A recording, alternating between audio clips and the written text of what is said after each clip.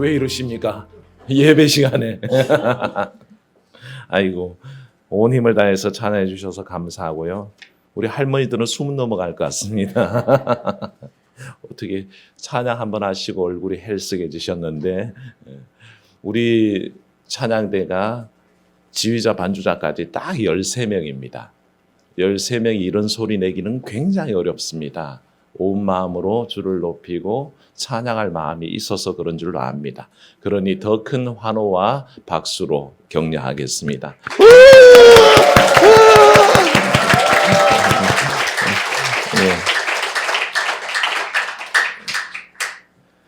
은혜로우신 하나님, 기쁜 성탄절에 찬양하며 주를 높입니다. 아기 예수로 오신 우리 주님, 우리 마음속에 모실 때 살아계시며 함께하여 주시옵소서. 찬양 중에 임하신 은혜를 통해 주의 말씀 앞으로 나아갑니다. 주의 말씀 앞에 겸손하게 하시고 아기 예수 나신 그 큰 의미를 다시 되새기는 이 성탄절의 아침 되도록 인도하여 주시옵소서. 주께서 우리 가운데 함께 하심을 믿사옵고 주 예수님 이름으로 기도하옵나이다. 아멘. 사랑하는 성도 여러분, 앞뒤 좌우로 인사 나누실 때 메리 크리스마스 하고 인사 나누십니다. 메리 크리스마스, 메리 크리스마스. 예, 참 기쁜 성탄절입니다. 우리의 삶에 늘 아기에서 오신 큰 기쁨이 있기를 축원합니다. 주께서 오신 이유, 그 의미는 그 과거에 2000여 년 전이나 지금이나 똑같습니다. 어렵고 힘겨움 속에 와주셨다는 뜻이죠. 그래서 오늘 읽지는 않았지만 9장 1절 말씀에 보면요, 1장 한 구절 속에 나눠져 있는 말씀이 있습니다. 첫 구절은 전에라고 표현합니다. 전에. 그리고 중간 끝부분에 보시면요, 후에는 이렇게 얘기하고 있죠. 시점으로 얘기하면 전과 후를 나누어서 오늘 말씀 9장 1절은 얘기한다는 것이죠. 사람에게는 누구나 전과 후가 있습니다. 그걸 고통의 시점으로 놓고 보면 고통의 이전 삶이 있었고, 그리고 고통이 완전히 해결되는 이후의 삶이 있다는 뜻입니다. 그래서 전과 후라고 선명하게 나누면서 이사야는 선포하고 있다는 것을 우리가 알게 됩니다. 그래서 전은 무엇입니까? 고통당하는 때입니다. 후는 어디입니까? 메시아가 오셔서 새롭게 하시는 세상을 이야기할 때에 이사야는 전과 후라고 얘기합니다. 이 말씀은 철저하게 이스라엘의 상황이 반영되어 있습니다. 전에는 어떤 상황이었느냐? 죄악 가운데 하나님의 뜻을 떠나 살다가 하나님으로부터 징계받고 고통당하는 포로의 생활들을 겪게 되는 그런 멸망의 때입니다. 그러나 후는 언제입니까? 하나님께서 해방시켜서 온전히 되돌아오게 하시는 그때를 후라고 얘기합니다. 그래서 언제나 그 우리의 삶을 여기에 비춰보면 온갖 어려움들과 고통의 때가 있습니다. 그러나 사랑하는 성도 여러분, 그것을 이기게 하는 하나님의 은혜가 또한 있음을 믿으시기를 축원합니다. 우리의 삶이 바로 그렇습니다. 어려움의 때와 또 모든 것이 해결되는 시점을 우리는 동시에 생각할 수 있다는 거죠. 이게 이사야 때만 그랬느냐? 아니요. 갈릴리 예수님 당시에도 그랬다는 것입니다. 그들의 매일 삶 속에는 참으로 정치적인, 경제적인 어려움이 힘들게 만들었습니다. 로마의 지배 아래에 있었지요. 그 로마의 지배하에 있으면서 경제적으로 풍요함이 없었습니다. 하루 한 끼를 걱정해야 되는 사람들이 대부분이었습니다.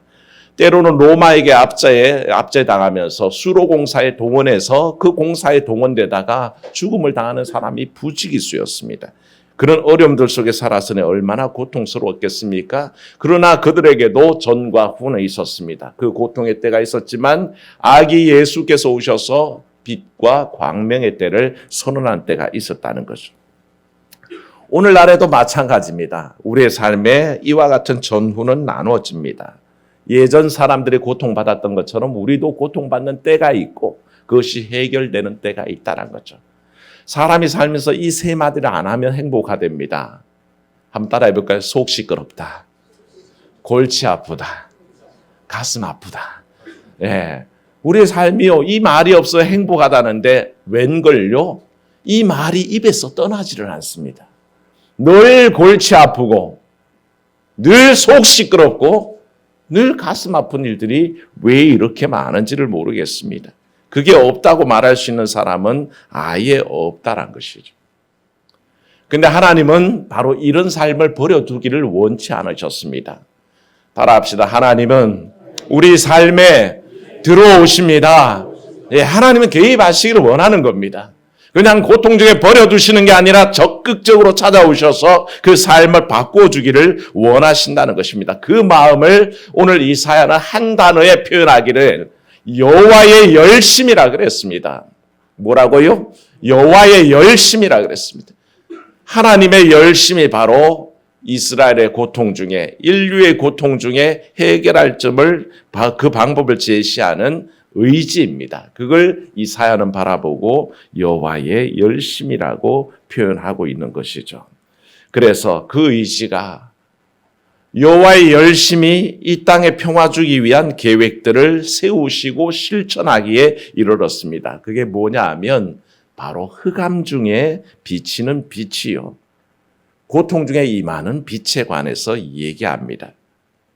그래서 2절 말씀에 보면 뭐라 그랬습니까? 흑암에 행하던 백성이 큰 빛을 보고 사망의 그늘진 땅에 거주하던 자에게 빛이 비치도다. 그렇게 노래하고 있다는 것을 알게 됩니다.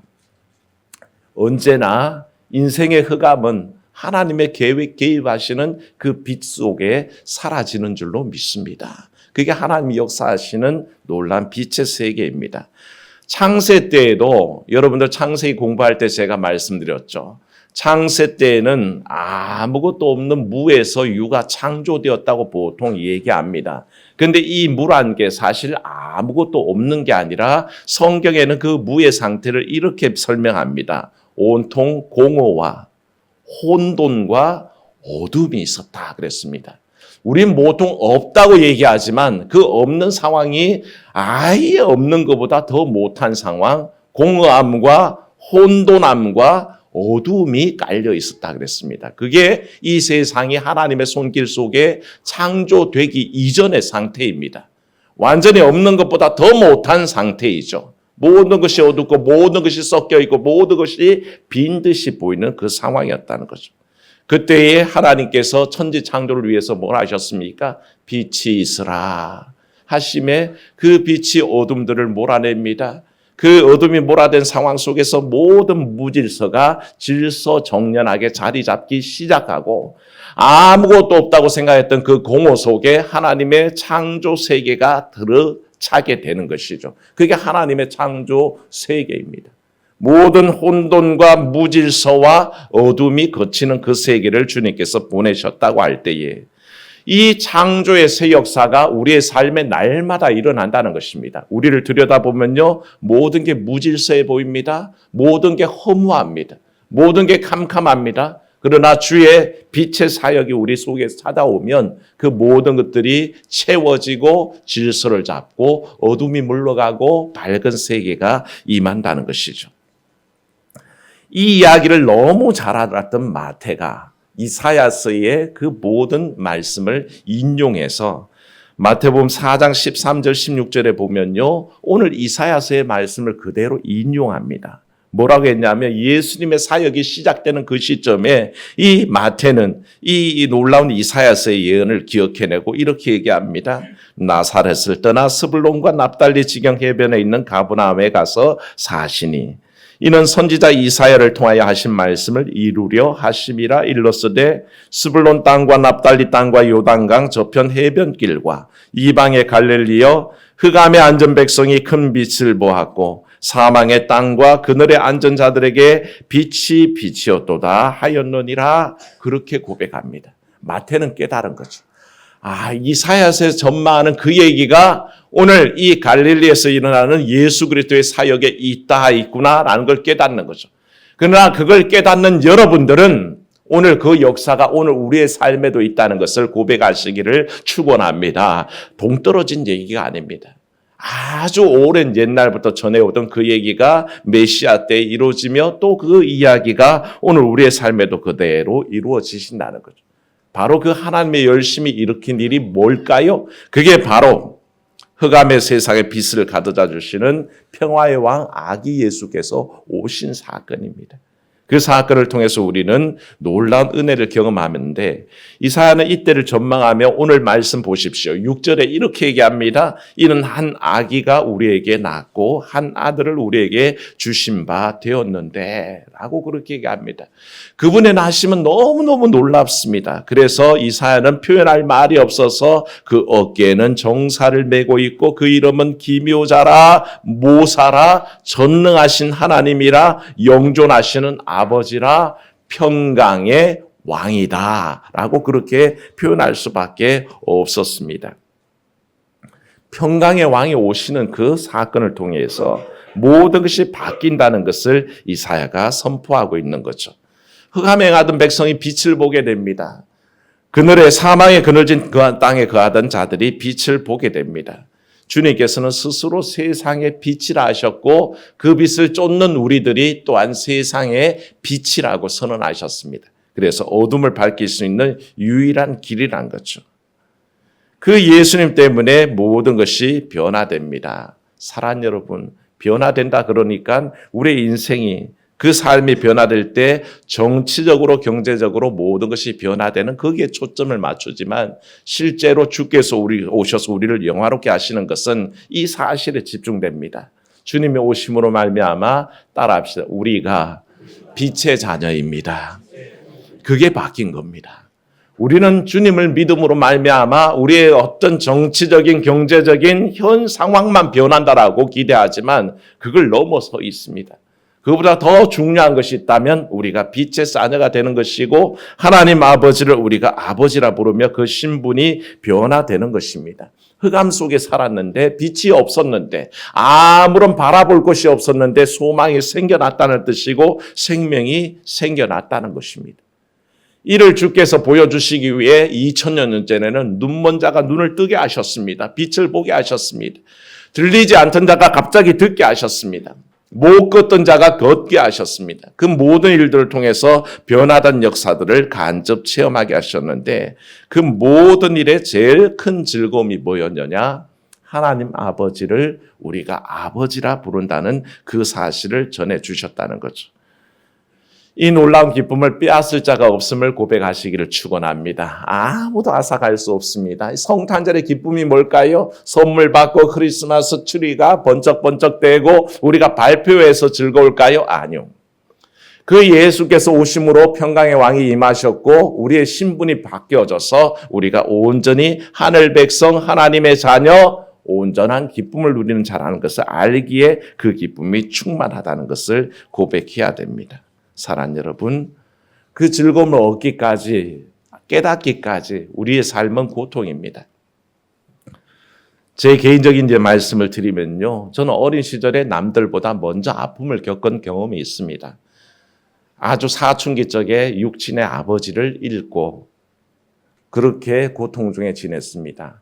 그 시절을 잠시 회상하면요, 제게 제일 어려웠던 문제는 어디 가서 더 이상 아버지라고 부를 데가 없었다는 것입니다. 친구들이 아빠 그러고 가는 그 모습이 부럽기만 했습니다. 그런데 나는 왜 철이 들면서 아버지가 없을까? 그 사춘기를 보내면서 나는 왜 아버지가 일찍 돌아가셔서 이럴까라는 그런 마음이 들었습니다. 아버지가 없다는 것은요, 현실적으로 고통을 가져다 줍니다. 친구들이 등록금 다 냈는데 그때는 왜 선생님들이 그렇게 아이들 마음을 헤아리지 못했는지 꼭 이름 불러가면서 이렇게 세워서 등록금 내라고 그렇게 친구들 앞에서 창피를 주는 때였습니다. 그러면 꼭 그 경제적인 가난 때문에 마지막 순간까지 이름 불리는 2명 중에 1명으로 꼭 끼어 있었습니다. 수학여행 간다고 수학여행비를 가져오라는데 그 말을 고생하시는 어머니한테 참아 못해서 미루다가 결국에는 마지막 마지노선에 할 수 없이 말씀드리면 그걸 왜 이제 얘기하느냐 그러면서 책망하시면서 수학여행비를 주었던 경험도 있었습니다. 사춘기의 그 기억 속에 금이 갔습니다. 아버지가 없다는 그 한 가지 사실 때문에 제 사춘기는 굉장히 금이 가 있었습니다. 주눅 들어 있었고요. 자신감이 없었습니다. 뭔가 남들보다 하나 빠진 것 같았습니다.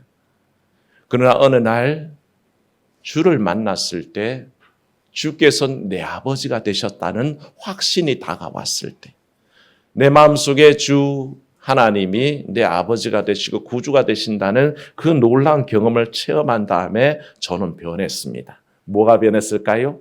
자신감이 생겨났습니다. 나는 하늘 아버지가 계시다. 나는 아버지와 동행하고 있다라는 그 자신감 때문에 얼굴에 웃음이 돌아오고요. 삶에 자신감이 생겨나는 거죠. 사랑하는 여러분, 여러분의 이런 그 귀한 경험이 있기를 축원합니다. 달라집니다. 주님이 함께 계신다는 그 놀라운 경험 속에 우리는 달라집니다. 아기 예수께서 우리 가운데 찾아와 주셨다는 그 놀라운 사실 하나만으로도 우리의 삶은 달라진다는 것입니다. 그걸 고백하는 것이 바로 성탄절이요. 주님께서 내 삶에 들어오셨습니다라고 선언하는 때라는 것입니다. 아무도 앗아갈 수 없습니다. 그런 주님을 우리는 만날 때에 주님께서는 우리에게 이렇게 얘기하시죠. 4절 말씀 보면요. 우리가 무겁게 맨 멍에들을 벗는다 그랬습니다.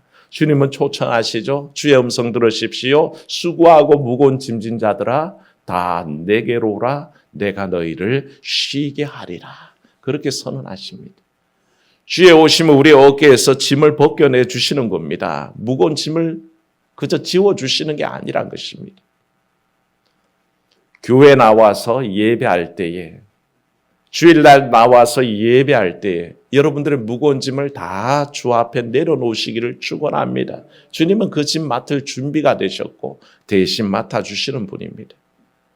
어제 성탄 발표를 하는데 참 즐겁고 기쁘고 하나님 앞에 영광 돌리는 때였습니다.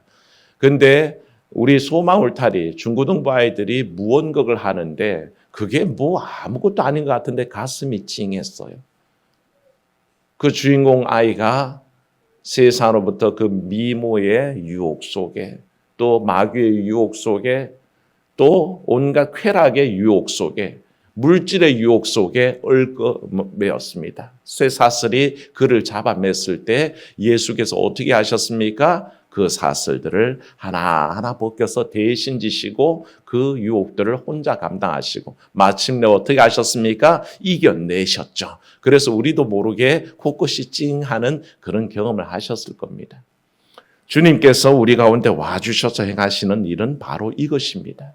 내 삶의 모든 무거운 짐을 대신 맡아 담당하시겠다는 뜻입니다. 그 놀라운 은혜가 여러분 가운데 있기를 축원합니다. 또 하나 채찍자의 압제자의 그 어깨의 채찍과 압제자의 막대기를 꺾어버리신다 그랬습니다.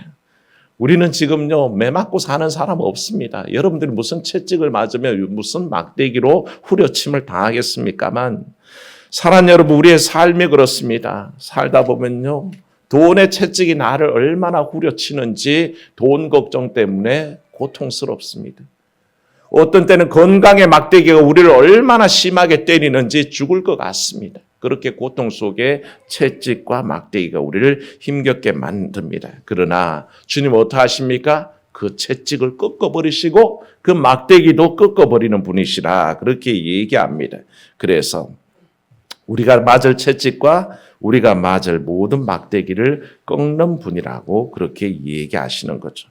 이 일을 우리는 측량할 수 없습니다. 그래서 이사야는 이 놀라운 사역을 기묘자라 모사라 그렇게 표현할 수밖에 없다는 것이죠. 사랑하는 여러분, 이 모든 상황을 설계하신 분은 주님이십니다. 그리고 끝까지 이뤄 가시는 분도 주님이십니다. 그래서 이사야는 여호와의 열심이라고 표현하시는 거죠.